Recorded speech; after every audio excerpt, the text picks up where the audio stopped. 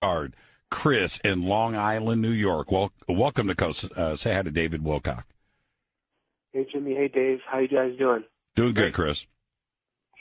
Well, I had a question for David in terms of reading his new book, The Ascent Mysteries, which I'm very enjoying very much.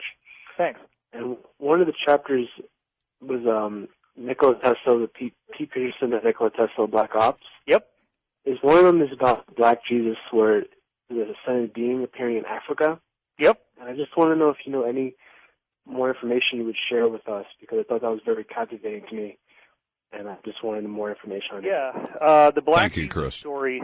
The Black Jesus story was probably one of the most shocking things I ever heard.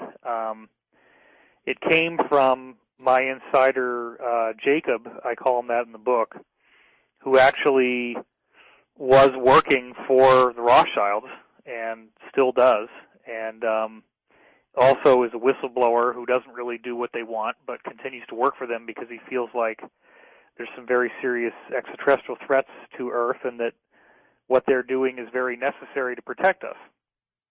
So the story goes that in the 1960s there was a black man in Africa who came in with abilities complementary to those of Jesus.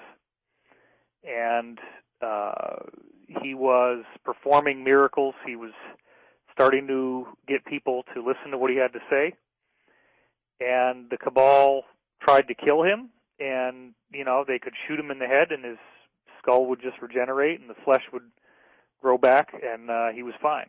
And, so the crazy story that I heard, and remember, I was told at the time that if I disclosed this, that I would be killed, and I ended up putting it in the book anyway. The story was that this guy, they finally said, okay, we're going to bring you to the United Nations and share your message with the world. Let's get you on this flight. They bring him on this flight, and instead of bringing him to the United Nations, they shot him repeatedly, and then actually had some kind of meat grinder device, and basically like a bandsaw, I guess, and sawed up his body into a whole bunch of pieces, put him in these very like radioactive shielded containers, and then had all these fighter jets dock with the plane and fly his body parts to all corners of the world, where then these containers turned them into ash. And they thought that maybe this would defeat him, like that his body somehow, the tissue was necessary. So if they destroyed all the tissue in all these places across the world, maybe they could defeat him. Well, he then regenerated in their offices and was fully fine, fully intact. But the sad part is that he said,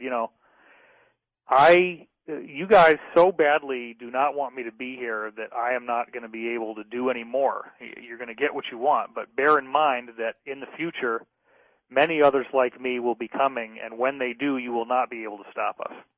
Wow.